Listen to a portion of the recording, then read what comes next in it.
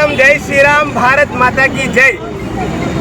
ఈరోజు భారతదేశంలో అత్యంత పవిత్రమైన పుణ్యక్షేత్రంలో ఒకటైన తిరుమల తిరుపతి వెంకటేశ్వర స్వామి లడ్డూ ప్రసాదంలో కల్తీ జరిగిందని సాక్షాత్తు ఆ రాష్ట్ర ముఖ్యమంత్రి చంద్రబాబు నాయుడు చెప్పడం ఎంతో బాధాకరం.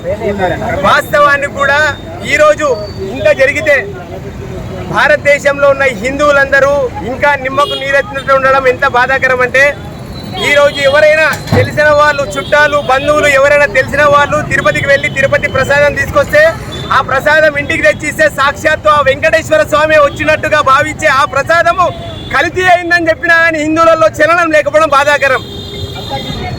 ఈరోజు అన్యమతస్థులైన కొంతమంది వాళ్ళ యొక్క హత్య అని చెప్పేసి వాళ్ళు వెళ్తారు పుణ్యక్షేత్రానికి.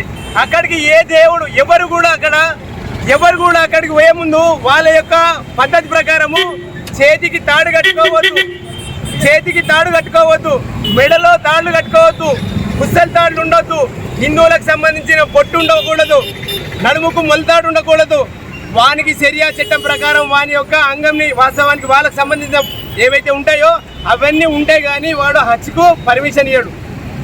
కానీ నా సనాతన ధర్మం అలా కాదు. నా సనాతన ధర్మంలో ఎవడైనా బాధితుడు, పీడితుడు ఎవడైనా బాధపడితే దేవాలయానికి రండి, దేవాలయానికి వచ్చి మొక్కుతే నా దేవుడు ప్రతి ఒక్కరికి ఆశీర్వదించి వాని యొక్క కోరికలు తీర్చడం కానీ వాని బాధలు తీసేస్తుంటాడు. అలాంటి నా దేవాలయంలో ఈ రోజు దినము ఏ విధమైన కల్మషాలు లేకుండా మేము అన్యమతస్థులకు కూడా ఈ రోజు దినము గుళ్ళోకి వెళ్ళనికే అవకాశాలని మా సనాతన ధర్మం కల్పిస్తే అదే దాన్ని అలసుగా భావించి భారతదేశంలో ఉన్న ప్రతి హిందూ దేవాలయంలో ఈరోజు అన్నబద్ధస్తులు ఉండి ఆడ పూలు పండ్లు అమ్ముకుంటూ ఈరోజు మా దేశం పైనే, మా ధర్మం పైనే విషం చెల్లుతున్నారు. ఇది ఎక్కడ న్యాయం అంటున్నాను. ఈరోజు దినం భారతదేశాన్ని సెక్యులర్ దేశంగా ప్రకటించిన తర్వాత ఇదే కుహనా మేధావులు ఓట్ బ్యాంక్ రాజకీయాల గురించి దేశాన్ని సెక్యులర్గా భావించి ఈరోజు నా పునాది పైన, సనాతన ధర్మమైన పునాది పైన, దేవాలయం పైన దాడి జరుగుతుంది. ఇది మంచి పద్ధతి కాదు.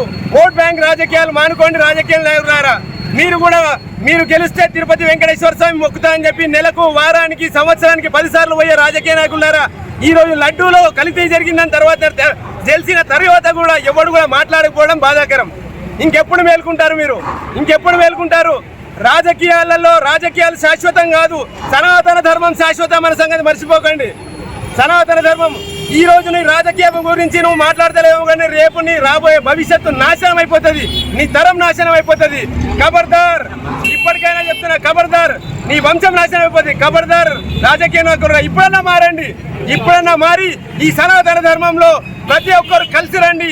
తిరుపతిలో జరిగిన లడ్డూలో కల్తీ జరిగిన వారిపై కఠినంగా శిక్షించాలని, దేవాలయాల్లో అన్యమతస్థులు ఉండొద్దు అని చెప్పి ఒక చట్టాన్ని తీసుకొచ్చి ఈ దేశ ధర్మ రక్షణలో మీరు భాగస్వాములు కావాలని కోరుకుంటున్నాను. భారత్ మాతాకి జై శ్రీరామ్.